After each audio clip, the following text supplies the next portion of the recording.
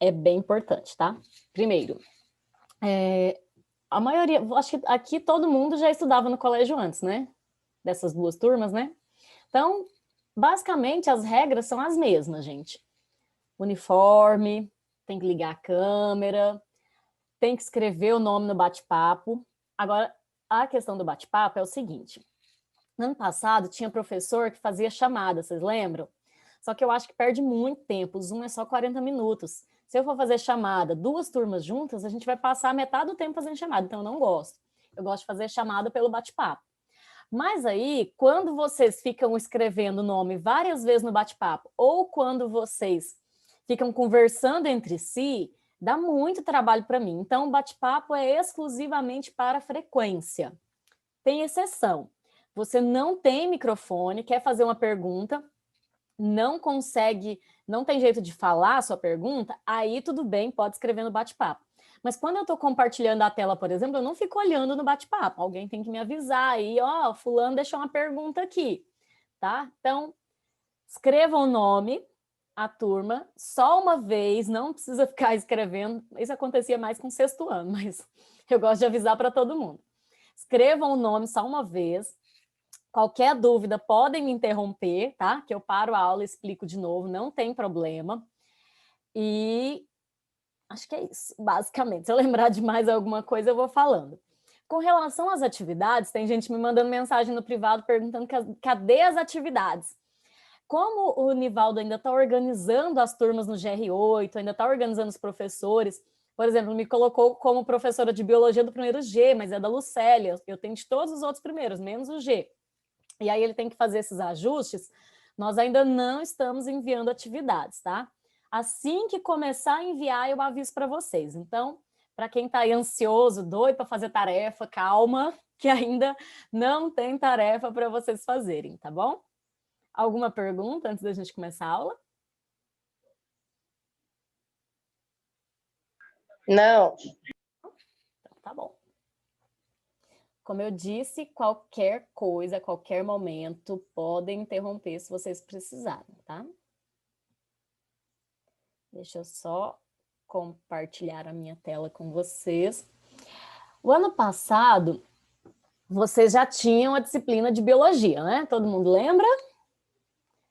Vocês estudaram principalmente evolução, genética, não foi isso? Vocês estão lembrados? Facílimo, né? Sou apaixonada. Não, Não? odeio. Sério?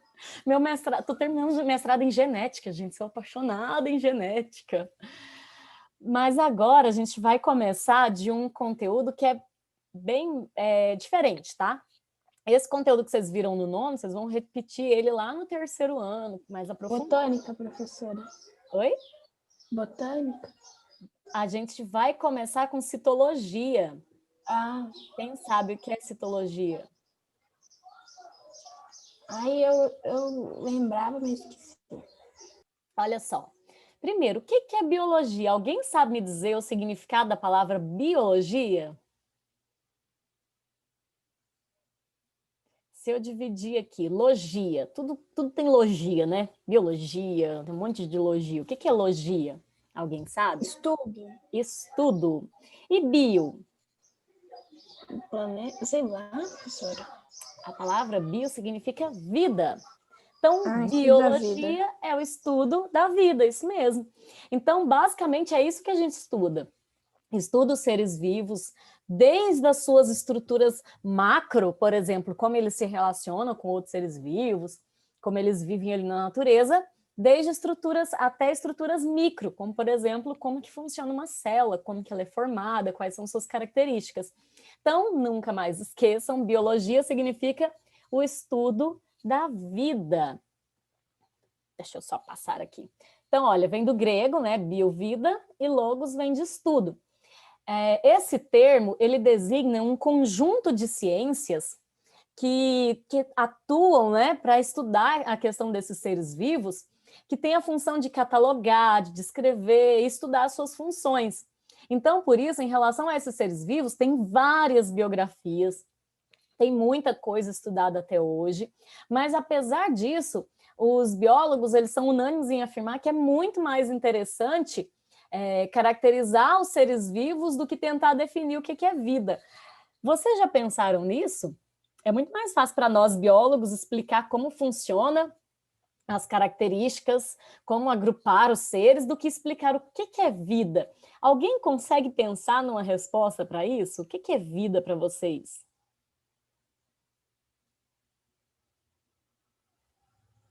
É tudo que... Viver? Difícil, né, essa pergunta? É tudo que é uma coisa... Sei lá, professora. Eu sei que não é um objeto, é tudo que tem vida. Eu não sei explicar. É difícil, eu sei. Eu concordo. Vida é vida. Vida é vida, né? Vida, a gente poderia, por exemplo, dentro da biologia, se eu fosse definir vida, eu ia definir como sendo aquilo que tem metabolismo, que tem reações, que reage com o ambiente, né? Que reproduz. E é basicamente isso, né? Mas se a gente for pensar no sentido mais filosófico, o que é vida, né? Uma pergunta assim, vou deixar vocês pensando um pouco sobre isso, tá bom? Então, a biologia ela é dividida nestes ramos aqui, como a gente comentou. Tem a citologia, que estuda as células, a botânica, que estuda as plantas, zoologia, que vai estudar ali os animais, a genética, que eu comentei, que é o que vocês viram ano passado, né, que estuda os genes, e a ecologia, que estuda essas relações dos seres vivos, tanto entre si, quanto com o meio ambiente. Não se preocupem em ficar copiando do slide, que eu posso mandar no grupo se vocês quiserem, tá?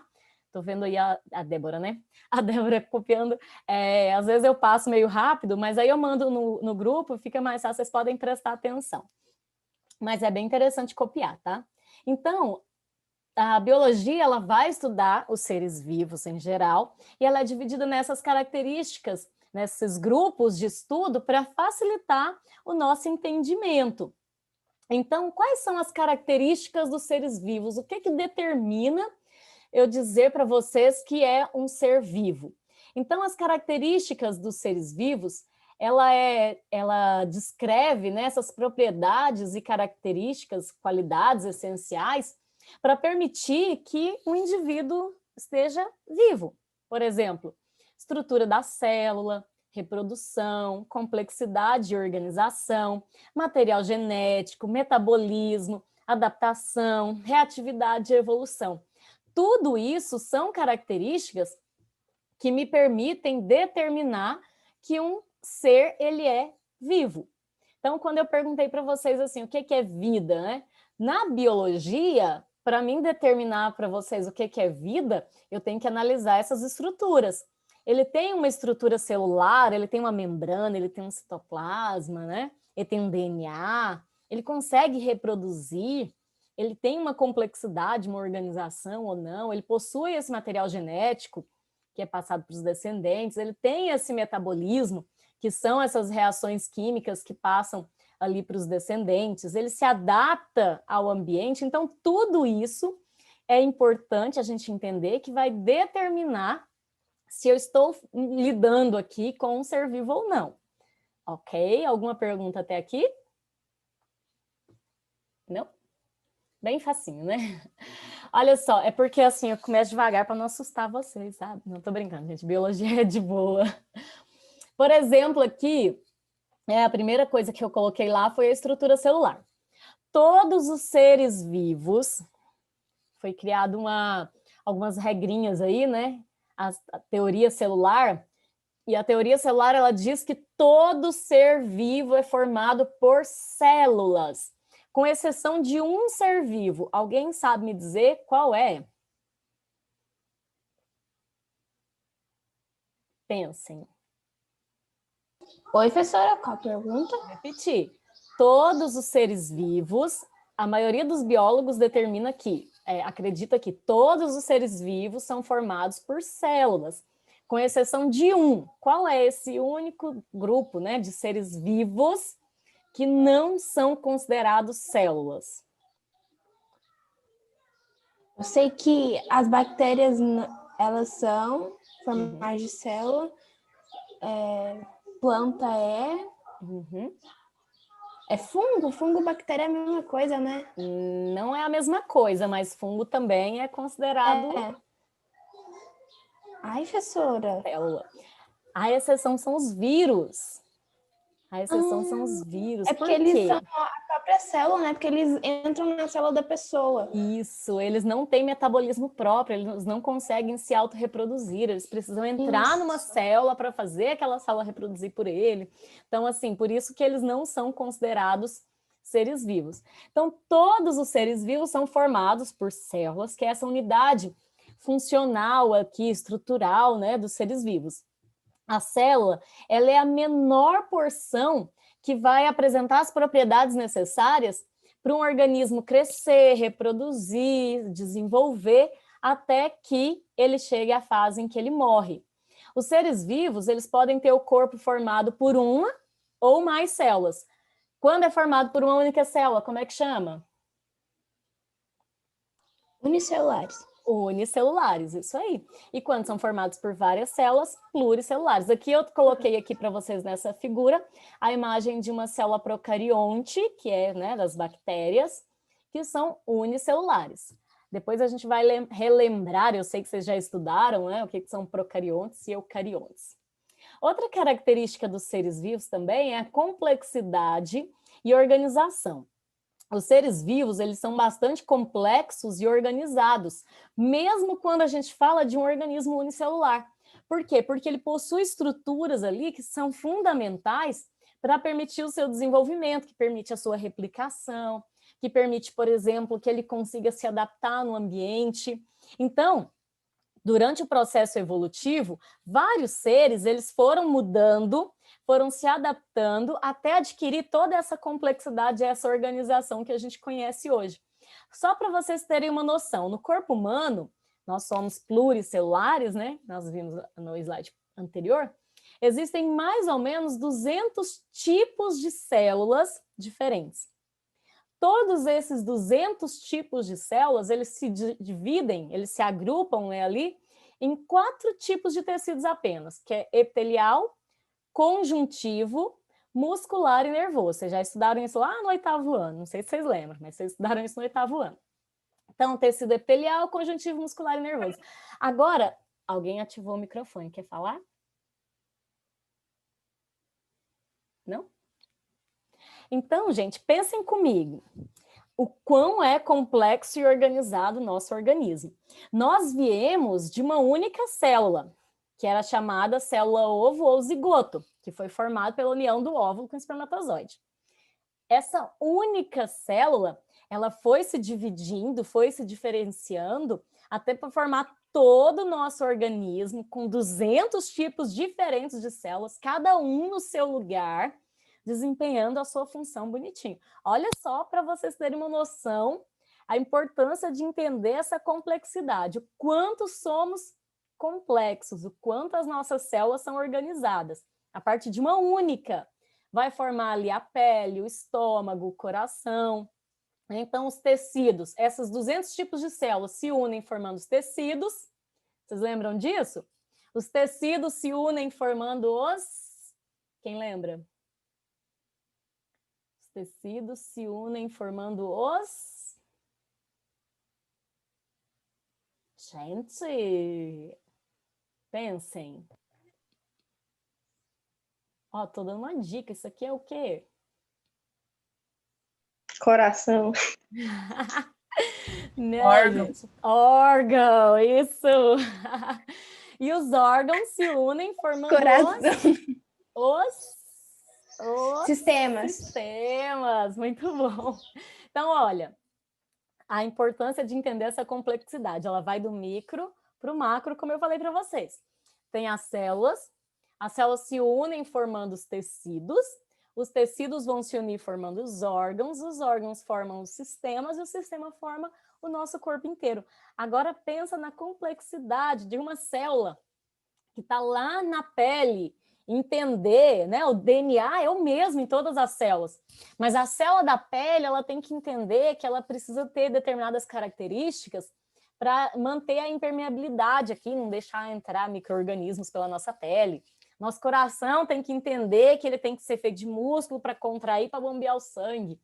Mas o DNA é o mesmo. Então, assim, quando a gente para raciocinar, a gente vê o quanto é muito mais complexo do que a gente imagina, né? Até se organizar tudo ali para que tudo funcione bonitinho. Bom, continuando. Uma outra característica dos seres vivos é o metabolismo. O que é o metabolismo? Metabolismo é um conjunto de reações químicas que atuam no nosso organismo, seres vivos. Então, metabolismo, conjunto de reações químicas dos seres vivos, extremamente importante, não esqueçam disso. O metabolismo, ele pode ser de dois tipos, tem o catabolismo e tem o anabolismo. Catabolismo é reação de degradação, ou seja, ele vai quebrar para formar, pegar uma molécula complexa, quebrar para formar moléculas simples. Já o anabolismo é o inverso. Eu tenho moléculas simples que se unem formando moléculas complexas. Vamos pensar em um exemplo bem tranquilo aqui de catabolismo, o processo de respiração celular. Nossas mitocôndrias vão pegar lá a molécula de glicose, né, os amidos ali, e vão quebrar aquilo para liberar oxigênio para as nossas... para liberar energia para as nossas células. Então, é uma reação de catabolismo. Ele pega uma molécula complexa, quebra ela para formar moléculas simples. Então, pegou a molécula de glicose, quebrou para liberar energia para o nosso corpo e com isso acaba formando ali, por exemplo, gás carbônico e água, que é a reação de catabolismo. Vocês lembram de reação de respiração quando vocês estudaram? Tem muito tempo já, né? Agora, o anabolismo são reações de síntese. O contrário da respiração celular é a fotossíntese. O que eu tenho na fotossíntese? Eu tenho moléculas de oxigênio. De oxigênio? Não, oh, meu Deus do céu, eu tô louca. Tenho moléculas de gás carbônico que vão unir com moléculas de água e formar a glicose. Nesse caso, vai absorver energia. Então, vamos lá, vou repetir, que eu me embananei aqui, misturei tudo. Metabolismo são as reações químicas dos seres vivos. Catabolismo são reações de quebra. Eu pego uma molécula grande, quebro em moléculas menores. Exemplo, respiração celular. Peguei lá a glicose, quebrei a glicose e liberei ali gás carbônico, água e energia para a célula. Anabolismo é uma reação de síntese. Eu vou juntar, vou pegar moléculas simples, absorver energia e produzir moléculas complexas. Por exemplo, a fotossíntese, onde eu pego o gás carbônico e a água, por exemplo, e transformo nessa glicose. Vocês viram, entenderam que eu peguei exemplo que é uma ao contrário da outra? As duas reações, elas são inversas, uma é o contrário da outra. Então, a manutenção da vida, ela é feita através dessas reações químicas que dependem de energia. Para essas reações acontecerem, eu preciso de ter energia. Como eu vou adquirir energia para o meu organismo? Através dos alimentos. Então, esse metabolismo, ele vai ser responsável pelo crescimento, manutenção, reparo das células, e ele pode ser, então, desses dois tipos, como eu falei para vocês, que está aqui no texto, depois eu mando o slide lá para vocês. Uma outra característica bem interessante também dos seres vivos é a reatividade. O que é isso? É a capacidade dos seres vivos de reagir a estímulos do meio ambiente. Então, por exemplo, aqui eu coloquei duas imagens para mostrar que isso acontece tanto em animais, né, quanto em plantas. Todo mundo aí já passou pelo momento ali de colocar comida. A mamãe esqueceu a concha lá no feijão cozinhando junto. Quando você vai pegar para pôr comida, queima a sua mão. Qual que é a sua reação? Você não pensa, né? Você solta aquilo imediatamente. Então, isso é uma característica dos seres vivos também. Essa reação ao que acontece no meio. Aqui eu coloquei um exemplo de uma plantinha que é a dormideira. Quem aí já brincou com a dormideira? Alguém já viu essa plantinha pessoalmente? Ou não? É aquela que fecha, né, quando você coloca o dedo nela. Isso! faz muito tempo que eu não vejo essa planta, de verdade.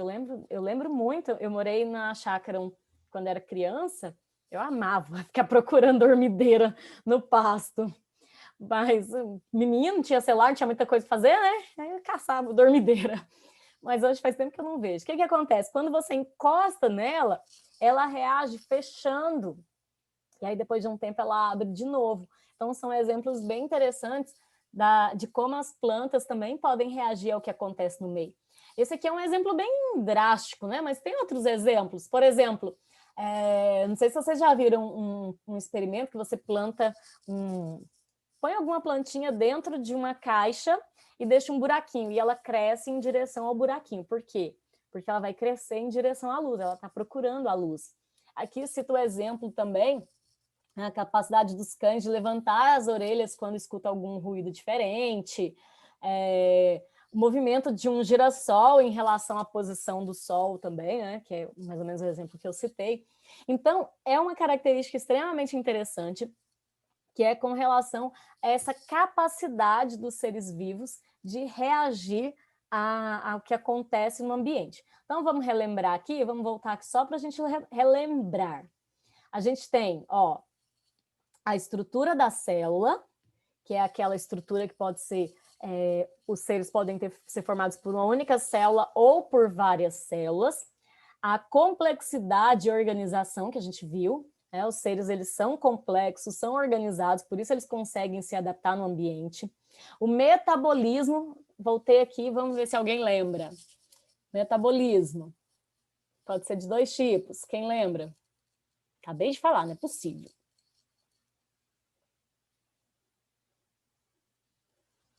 Gente, eu tô dando aula sozinha? Alguém. Como é que é? Catabolismo e anabolismo. Isso, muito bem. Catabolismo e anabolismo. E a reatividade, que é essa capacidade dos seres vivos de reagir àquilo que acontece no meio, certo? É interessante, no nosso caso, isso aqui é um exemplo de uma reação do nosso sistema nervoso, que eu acho bem interessante, que ele não manda informação para o cérebro, porque é um estímulo muito rápido, não dá tempo. Então, dependendo do estímulo, ele vai ser feito pelo sistema nervoso aqui, como a gente vê aqui, por exemplo, né? Ele manda a informação aqui para a coluna, e a coluna manda de volta, larga isso aí que está queimando. Mas tem outros estímulos, por exemplo, você está andando na rua e vê um pitbull vindo para o seu lado com uma cara muito raivosa. O que vai acontecer com o seu organismo? Você vai querer reagir, você vai correr, sua pupila dilata, seu coração acelera. Aí já é por causa dos hormônios, né? Adrenalina que é liberada. Então, a reatividade, ela vai depender do tipo de estímulo que você recebeu do meio, tá? Esses estímulos, a reatividade é essa capacidade de responder aos estímulos do meio ambiente. Uma outra característica é a reprodução. A reprodução, ela pode ser de 2 tipos. Tem a reprodução sexuada e a reprodução assexuada. Qual que é a diferença dos dois? Na reprodução sexuada, aqui eu coloquei que são necessários 2 seres vivos, mas na verdade esse slide não está muito correto, não. Por quê? Eu posso ter reprodução sexuada quando tiver um único indivíduo. Se ele for o quê? Quem sabe o nome? Quando o indivíduo... Hermafrodita? Muito bem, isso aí. Se ele for hermafrodita. Então, ele vai ter uma reprodução sexuada, mas ele é um único indivíduo. Então, eu não tinha prestado atenção quando eu montei o slide. Depois vou corrigir isso aqui. Então, a reprodução sexuada é aquela que há a união de gametas. A união do gameta masculino com o gameta feminino. Independente se eu tenho aqui 2 seres vivos, um macho e uma fêmea, ou um único que seja hermafrodita, desde que tenha os 2 gametas, gameta masculino, gameta feminino. Já a reprodução assexuada, ela é obrigatoriamente ali feita por um único indivíduo, aonde ele vai fazer uma cópia do seu material genético ou regenerar um pedaço e formar um novo ser vivo sem que haja união de gametas. Por exemplo, aqui eu coloquei a estrela do mar. Se você vir aqui encontrar uma estrela do mar, cortar um braço dela, ela vai regenerar esse braço e esse braço vai virar uma nova estrela. Então, não tentem matar uma estrela do mar cortando ela no meio, que vocês não vão conseguir, porque ela tem a capacidade regenerativa. Uma planta, eu não sei, acho que provavelmente vocês já devem ter estudado isso também, sobre o processo de reprodução das plantas. As plantas, elas podem reproduzir de maneira sexuada ou assexuada. Tem planta que ela tem que polinizar ali, né? O grão de pólen é o gameta masculino, é onde está o gameta masculino. Vem na florzinha, vem no estigma, coloca ali o pólen, vai fecundar e vai formar um fruto, que vai formar uma semente, que vai reproduzir. Isso é uma reprodução sexuada. Já a reprodução assexuada, por exemplo, você tem uma planta, você vai lá, corta um galho, põe na terra lá e aquele galho vai regenerar e vai formar raiz e vai formar uma nova planta. Nesse caso, é uma reprodução assexuada, certo? Perguntas até aqui? Nossa, gente, fala comigo, eu me sinto tão sozinha. Não, professora, a gente já estudou isso, pode para outra. Ah, beleza, então, obrigada. Custa nada vocês falarem alguma coisa aí, né, para mim não me sentir tão abandonada aqui. Isso é muito ruim dar aula para uma tela de computador. E outra característica, que é uma parte que, como eu disse, né, particularmente eu sou muito fã, que é a parte do DNA, material genético. Todas as atividades celulares, elas são controladas por estruturas conhecidas como genes. O que são os genes? Os genes são trechos do DNA aonde ele tem a capacidade de ser traduzido e aquilo ali vai ser transformado em uma proteína, ok? Então, o que é um gene? É um segmento, é um pedaço do DNA. DNA, nossa, ele tem mais ou menos 2 metros de comprimento, só para vocês terem uma noção, em cada célula. Só que como ele é tão fininho, tão compactado, tão enroladinho, que ele cabe bonitinho lá dentro do núcleo. No nosso caso, né, que eu estou falando. Mas aí cada pedacinho dele é formado por um gene. Então ele é formado por vários genes diferentes. Então o que vai fazer, por exemplo, uma célula do pâncreas produzir o suco pancreático? Porque o pedaço do gene responsável por produzir o suco pancreático, ele está ativo naquela célula. E não vai estar ativo na célula da minha pele, por exemplo, no meu neurônio. Eu não vou ter esse tipo de gene ativo. Eu tenho todos os genes. Vocês entenderam a diferença? Olha, eu tenho todos os genes em todas as células. Mas o meu gene, ele pode estar funcionando naquela célula, ativo naquela célula ou não. Então, uma célula do pâncreas, ele vai produzir o suco pancreático, vai produzir insulina numa outra célula. Por quê? Porque ele tem o gene ativo ali naquela célula que vai ser transformado em proteína, certo? E aí, em cada célula tem uma molécula que é o DNA. Esse DNA significa ácido desoxirribonucleico. Eu fiz a minha filha decorar isso aqui quando ela estava no 6º ano. Ela achava o máximo falar esse nome. Então, DNA ácido desoxirribonucleico, em que estão contidos os genes. E é isso que é passado... Professora, sua filha é muito inteligente. Obrigada. Isso é passado dos pais para os filhos, e isso serve para manter as características do organismo. Então, por isso que a gente herda as características dos nossos pais, né? Aqui eu coloquei para vocês uma fita de DNA, ele é uma fita dupla, chama dupla hélice, né? São 2 fitas enroladinhas. Ela é formada por essas bases nitrogenadas, vocês viram isso ano passado. Alguém lembra o significado dessas letrinhas? O A, o que significa? Ai, professora. A, D... Ninguém? Eita, gente. Adenina. Adenina, muito bem. Adenina, citosina... Adenina, citosina. Alguém disse. Timina. Guanina e guanina. Muito bom, é isso aí. Professora. Adenina, citosina, timina e guanina. Adenina liga com timina, citosina liga com guanina. Se vocês verem aqui, ó, tem 2 tracinhos, é porque a ligação é feita por pontos de hidrogênio. Aqui eu tenho 2 pontos de hidrogênio. Aqui eu tenho 3 pontos de hidrogênio. Inclusive, o Enem caiu há uns 3, 4 anos atrás, não sei.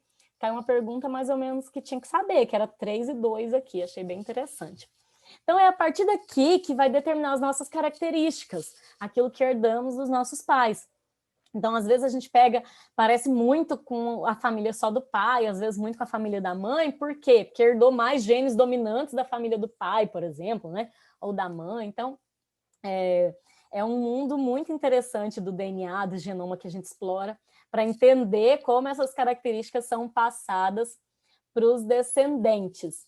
E uma outra característica que eu acho bem legal é a adaptação. Os seres, eles se adaptam para conseguir sobreviver no ambiente, modificando ali sua estrutura, função e comportamento para ser mais eficiente naquele meio que ele vive. Então, isso é extremamente importante para aumentar a possibilidade de sobrevivência e reprodução. Então, por exemplo, os camelos, eles para conseguir sobreviver aqui no deserto, eles conseguem armazenar litros de água no seu corpo, e aí ele fica muito tempo sem precisar beber água. Outros seres já não conseguiriam. Vocês estão vendo um animalzinho aqui, gente? Alguém consegue ver? Bem aqui onde eu estou contornando aqui. É um sapo? É uma rã. É uma rã. É uma rã. Olha só como se camufla aqui no meio. Muito legal, né? A camuflagem é uma adaptação também dos seres vivos para conseguir sobreviver, porque tanto eles se escondem dos predadores, quanto os predadores se escondem na hora que a presa vem, não vê que ele está ali, ele ataca. Então, é uma adaptação muito, muito interessante que permite os seres sobreviverem nos diferentes ambientes. Então, a adaptação é extremamente importante, porque se ele não se adapta, ele não consegue sobreviver naquelas condições, certo? E, por fim, vamos lá, a evolução. O que é a evolução? A gente sabe que existem teorias diferentes para explicar o processo da evolução. Existe a teoria do criacionismo e a teoria do evolucionismo. A teoria do criacionismo é que Deus criou todos os seres, todas as coisas, e a teoria do evolucionismo é que todos os seres evoluíram de um ancestral comum. Então, o material genético, ele é um fator, né, que faz com que as pessoas acreditem nessa teoria da evolução, mas como que os seres evoluíram, então, e se desenvolveram para formar os diferentes grupos? Acredita-se que houveram várias mutações, várias mudanças no DNA. E essas mudanças, quando passadas para os descendentes, produziam características diferentes. Se aquela característica fosse uma característica legal, ele se adaptava bem e aquela característica persistia. Se aquela mutação, quando a gente fala de mutação, a gente pensa lá nos X-Men, né, que as mutantes lá, não tem nada a ver com isso, gente.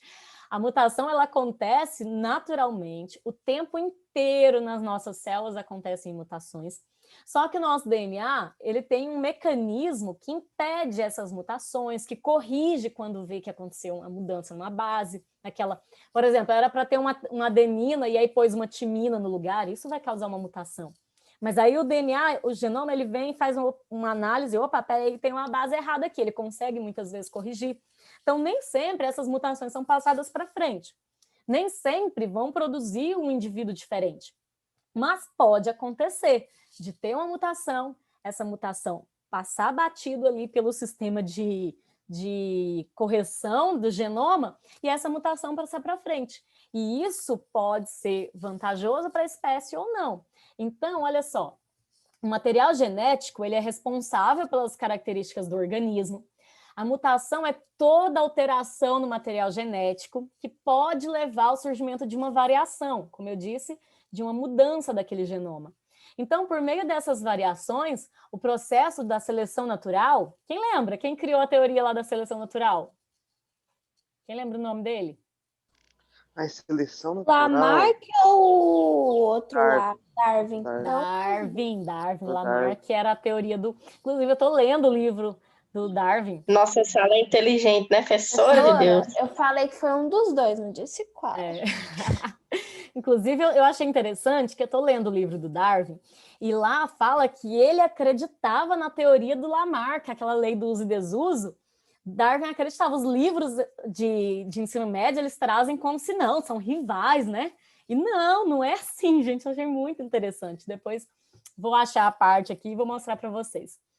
E Então, isso pode levar à formação de mudanças no organismo que vão perpetuar, vão se manter e aí vai provocar essa diferenciação. Por exemplo, pergunta para vocês, vamos interromper o compartilhamento porque terminamos aqui o slide. Aquela famosa pergunta, quem nasceu primeiro, o ovo ou a galinha? Quem sabe me responder? O ovo. O ovo? O ovo. Por quê? É porque do ovo, não sei, professora. Professora, mas aí se nasceu o ovo primeiro, quem que ia chocar o ovo? É verdade. Né? Não é só a Os galinha dois que é bota o ovo, complicado, velho. professora. Não é só a galinha que bota o ovo. Alguém falou alguma coisa aí, ó. E aí? Então, o ovo existe há muito mais tempo que a galinha, né, velho? Assim, Por quê? Vai, Uai, os Eduardo. dinossauros botavam ovos, uai. Então, os dinossauros vieram antes das galinhas, porque as galinhas são parentes dos dinossauros. Aí, de acordo com essa teoria que eu acabei de explicar, provavelmente um dinossauro, né, um ancestral, botou um ovo que sofreu uma dessas mutações no DNA, e essa mutação fez com que nascesse uma galinha. Então, de um réptil virou uma ave. isso! Diferença, hein, de um dinossauro com galinha. Mas tinha os dinossauros, eu não lembro, era o Maria Eduarda Menezes soltou Tinha a um voz. dinossauro que tinha garras, penas, eu não lembro o nome dele. Eu vou procurar, depois vou mandar para vocês. É porque, assim, nem todos os dinossauros eram iguais. Tinha aqueles que voavam, que tinham penas, que tinha bico, que tinha garras, era muito mais... Tinha características tanto de répteis quanto de aves. Então, eles acreditam que seria esse o ancestral ali comum. Então, se a gente for analisar pela teoria da evolução, primeiro o ovo, né? O ovo foi formado a partir de um outro animal. Professora, a aula vai desligar agora.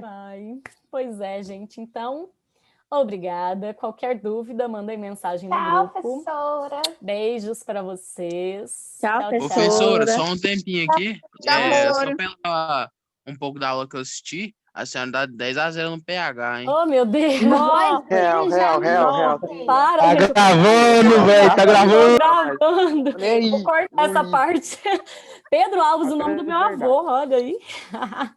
Professora, só A aula foi a muito